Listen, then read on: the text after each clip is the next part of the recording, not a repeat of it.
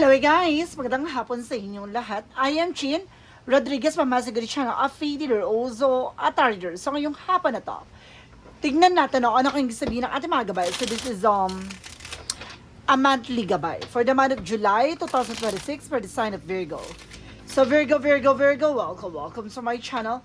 Ano kayang messages, advices ng spirit guides ang ating masasagap for today's video? Kanino kayang energy o kaganapan sa buhay ng mga Virgo signs ang ating mga gilap? So guys, this reading is a general reading namang hindi lahat makaka-resonate. Kunin lang ang makaka-relate sa inyo and comment down below kung kaninong energy ang ating nasagap. And of course, don't forget to like and subscribe my channel and hit the bell for more videos update.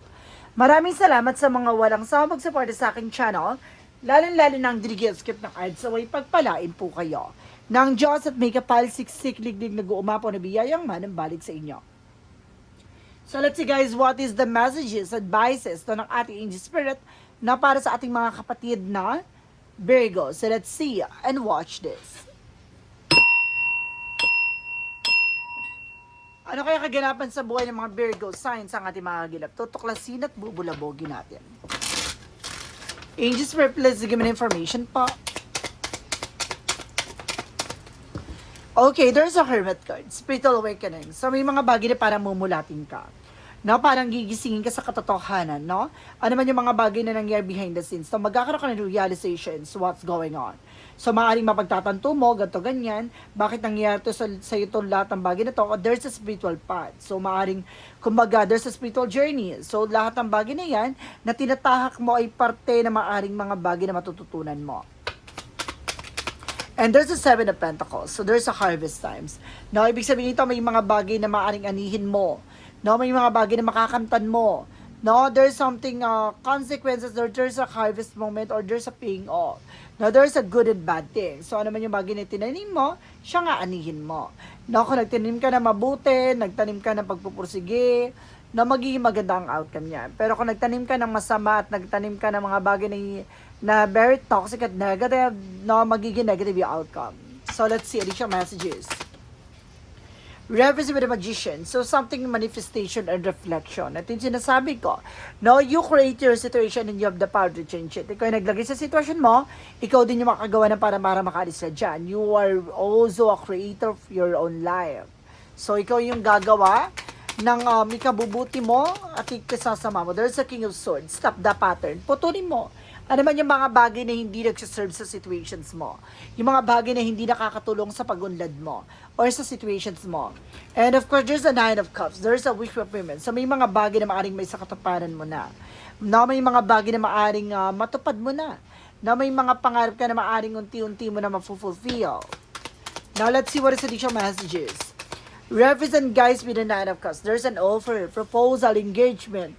No, there's a promotion coming in. So, may mga paparating na offers sa'yo. No, may mga paparating na maaaring magdadala sa'yo ng achievement. No, proposal. What is the Hermit card? The Hermit card represents with the Seven of Wands. So, protect yourself, protect your power. So, may mga bagay na kailangan proteksyonan. The Seven of Wands, something protections. Stand on your ground. So, mayroon kang bagay na kailangan pangalagaan, proteksyonan. No, yung journey mo, yung sarili mo. Now, there's spiritual journey, spiritual path. So, mayroon kang bagay na parang tinatahak ngayon about sa spirituality. No, na maaaring kailangan mo proteksyonan yung sarili. No, there's something protection, no protection of the Hermit card sa spiritual. So, it means, no, there's something, a lot of evil eye, no, sa paligid mo. Kaya pala may evil eye dito, there's something, a justice, something na hustisya, pamukpok sa for justice. So, meron kang bagay na maaaring magbibigay ng kaliwanagan dito na malalaman matutuklasan mo kung sino man yung naiingit behind the scenes. So, the Seven of Pentacles represent guys with a Wheel of Fortune with a turning back. So, there's something, a Wheel of Fortune, a good luck. May swerteng taglay na maaaring makakamtan mo na. Ngayong buwan ng July, no, there's a harvest time o harvest moment. The Magician represents with a full card for a new beginning. Na magkakaroon ka ng bagong eksena, bagong simula. No, maaaring may mga bagay na maaaring magbukas sa panibagong chapter. No, ng sitwasyon at buhay mo.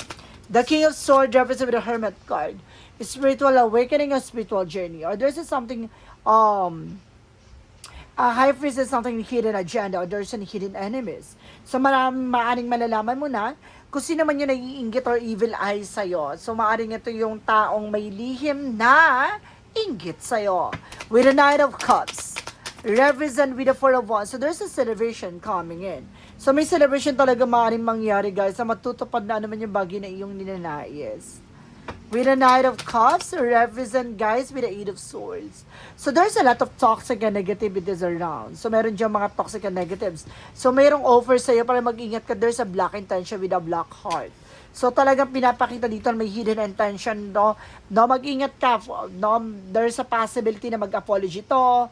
No, mayroong apology. No, meron man offer dito for something giving things, no? Like coffee, tea, or foods na kailangan nyo mag-pay attention. With Hermit and the Seven of Wands to represent with the Tower moment, there's some major changes. Malaking pagbabago na magaganap sa buhay mo. No, lalo-lalo na sa inyong pamilya. No, meron ako na si sense dito, there's a spiritual journey na sinasabi ng protectionan mo yung sarili mo and even your family that because of there's something negative in the open portal. So, sa bahay nyo may open portal. Like for example, no, ang inyong tahanan ay tapat ang pinto sa pinto, bintana sa pinto, bintana sa bintana, salamin sa pintuan na magkatapat. So, there's something creating a negative on offer or open portal. The Seven of Pentacles and the Wheel of Fortune, represent with the Moon card. Revelation, marireveal sa'yo. No, malalaman mo yung mga bagay na imbis na anihin mo, nangyayari na pupurnada, no, napupostpone, no. There's a harvest time, there's something a good luck. So, nangyayari with the Moon card, kabaligtaran. So, ibig sabihin, imbis na anihin mo, imbis na gumanda ng sitwasyon mo, there's a bad luck. No? Ibig sabihin, may kamalasan na maaaring nangyayari sa inyo sa sitwasyon nyo, sa buhay nyo. So, there's something July. No, ngayon, July na to ay maaaring magbibigay ng kaliwanagan sa iyo, magbubukas sa panibagong pintuan para matuklasan na naman yung bagay na dapat mong malaman. The Magician, the Fool card, represent, guys, with the Sun card. There's something fear, positive outcome. So, lahat ng bagay na ito ay maaaring lilinisin sa'yo. The Sun card, something purification. Kailangan mong tanggalin na at alisin yung mga bagay na nagbibigay negatibo sa sitwasyon mo. Additional messages. And there's something the Lovers. Ibig sabihin may inggit sa inyong relasyon. So, meron ditong inggitero doon sa inyong relasyon. It's either a friend of yours, family related, no, meron ditong inggit sa inyong relasyon. And the Four of Swords, something rest. So, parang nakakaramdam ka ng parang over fatigue, bigat ng katawan, no, dahil mag-ingat ka sa mga celebration na dinadalohan mo dahil may offer dyan na pagkain o inumin sa'yo. And the Ace of Swords, something a mental clarity. So, may mga bagay na parang nagsisink in sa utak mo, sa isip mo. Kaya pala ganito, kaya pala ganyan. Na ngayon, nagkakaroon ka ng realization from that. No? Let's see what is additional messages for the outcome. For the outcome, there's something in Queen of Pentacles, just being mature enough in being grounded. Na pagdating sa situations mo, sa pagkain, sa paglinis, sa pag-alaga na sa sarili mo, sa pamilya mo, so kailangan hands-on ka. No, dahil some of you guys na meron nakakapasok sa inyong tahanan na negative or toxic. And there's something a Knight of Wands. So there's something perseverance, mag-chug. No, lagi nakasubaybay to sa iyo. So kailangan mag-pay attention ka. And there's a Five of Pentacles. See? So, there's a purification. Kailangan mo linisin to kasi there's something creator negativities. There's a magician for something creator. No, mayroong bagay na maaring nagdadala sa iyo ng kamalasan kaya kayo nakakaranas sa financial crisis, financial difficulties, no, kaalatan, kamalasan, ganon. And of course, there's something a star. Wow, there's a line up. The sun, the moon, and the star. So, ibig sabihin nito, lahat ng bagay nito naka-line up. So, ngayon July na to ay pagtuklas at pag-alam at pagputol ng negatibong kadena nagdudugtong sa kamalasan. Let's see. And of course, there's something in the Ace of Pentacles. Wow! There's something a big shot and big money coming in. So, may magandang opportunities na darating sa'yo. May malaking perang parating, guys. Additional messages. Represent with the Three of Swords. Something ingat, insecure, evil eye. So, talagang matutuklasan mo sino tong tao na iinggit sa'yo kasi hihingi to ng tao their pasensya. Or mag-offer to ng pagkain or inumin, guys. Mag-ingat kayo. So, let's see what is additional messages tayo pagdating sa finances and career, love life at kalusugan.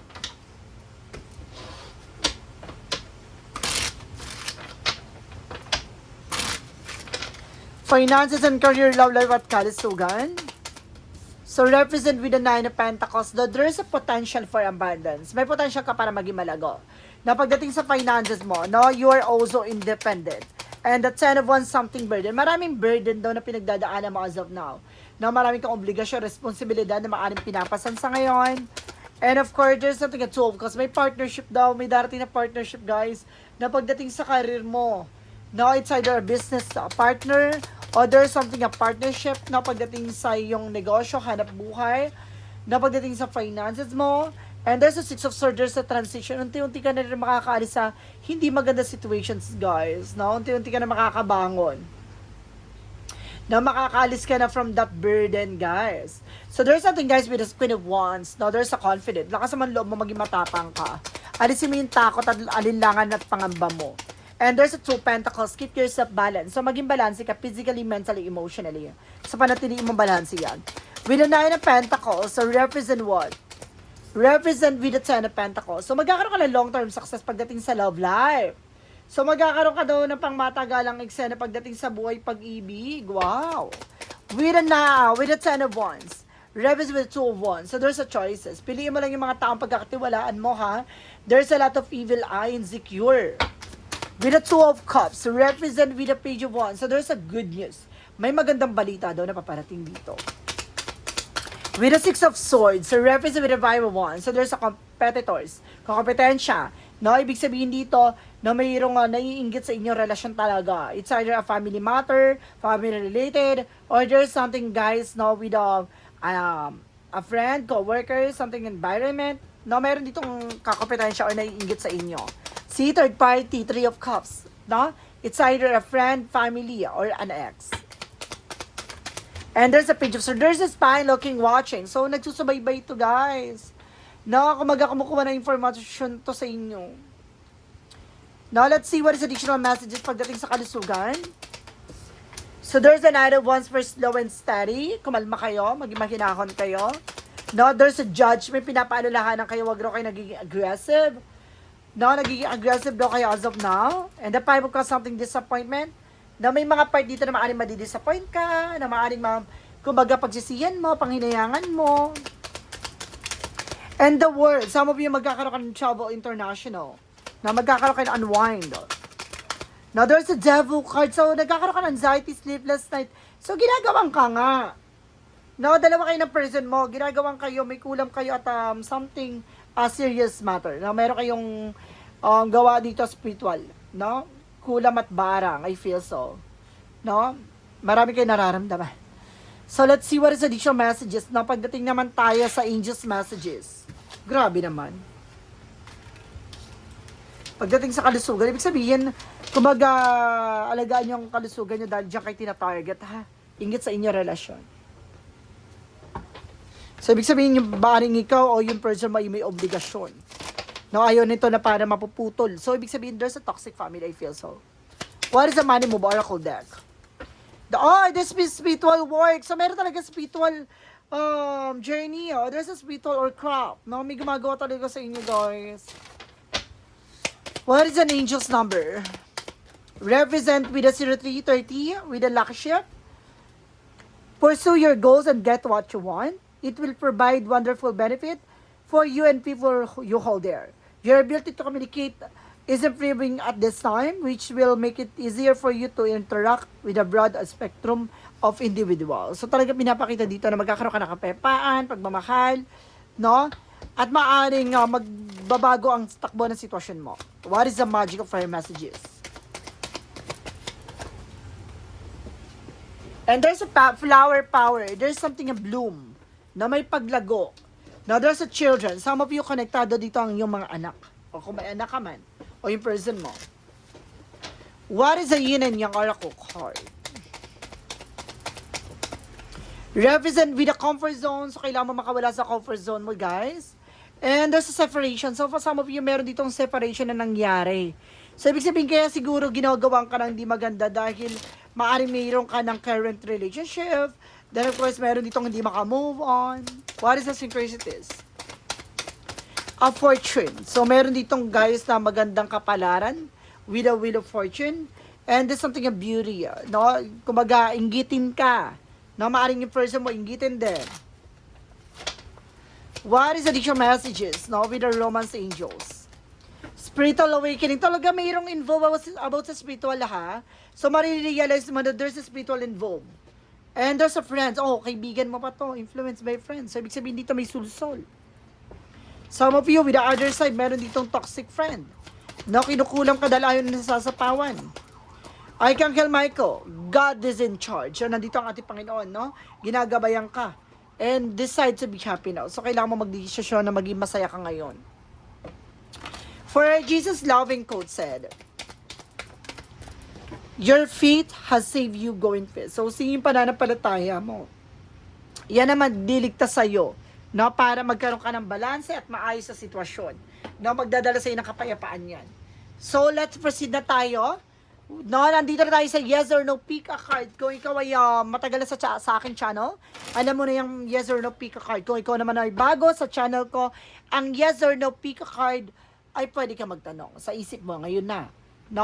Habang pinapanood mo to, magtanong ka na sa isip mo. Then of course, pag nakapagtanong ka na at nakaisip ka na ng tanong, pipili ka na magiging sagot within 1, 2, or 3. Uulitin ko, isa lang ang pipiliin nyo magiging sagot sa tanong nyo. No? Pipili kayo dyan 1, 2, or 3. Pag nakapili na kayo, please comment down below para malaman ko kung umabot ba kayo dito sa reading na to. So guys, let's proceed na tayo. Let's start with the number 1. Number 1, represent with a yes. Wow! True north found, follow this direction. No, tinuturo ka na sa tamang direksyon. No, kailangan mo sundin ang direksyon na to. Tama ang iyong tinatahak na landasin. Number 2, there's a yes and there's a no. Dalawang beses to. Dalawa daw ang sagot. No, sunny outlook blossom open the divine inspiration. Turn present, handle with care. No, kailangan mo alagaan ng maayos to. No, parehas yung sinasabi na there's something, meron ditong flower na mayroong tinik. Ibig sabihin dito, it's either a rose, mabulaklak, maamoy, na maaaring nga maganda ang sinasabi niya pero hindi maganda ang intention niya. So, kailangan niya mag-ingat. No, there's a yes and there's a no. Dalawa ang sagot sa tanong mo. Number 3, there's a yes. Almost all yes ha. Embrace new opportunities. A fresh day begin. Magsisimula ng panibagong eksena at tanggapin mo tong bagong oportunidad na darating sa buhay mo. So ngayon July na to ay maaring maraming magbago, maraming maghanap, maraming mangyari. Maging handa ka po. Gabay lamang po ito. So guys, this is something an urgent, this is something a monthly gabay, A monthly gabay for the month of July 2026 for the sign of. For the sign of Virgo. So Virgo, maraming salamat for this wonderful reading. So once again, this reading is a general reading lamang. Hindi lahat makaka-resonate, kunin lang ang makaka-relate sa inyo. And comment down below kung kaninong energy ang ating nasagot. And of course, don't forget to like and subscribe my channel. And hit ko ba for more videos update. Maraming salamat sa mga walang sawang pag-support sa aking channel. Lalo na ang dinigi-skip ng ads sa way pagpalain kayo. Nang Diyos at may kapal siksik nagdigdig umapo na biyayang manang balik sa inyo. Maraming salamat guys and see you next video. Bye-bye and babush.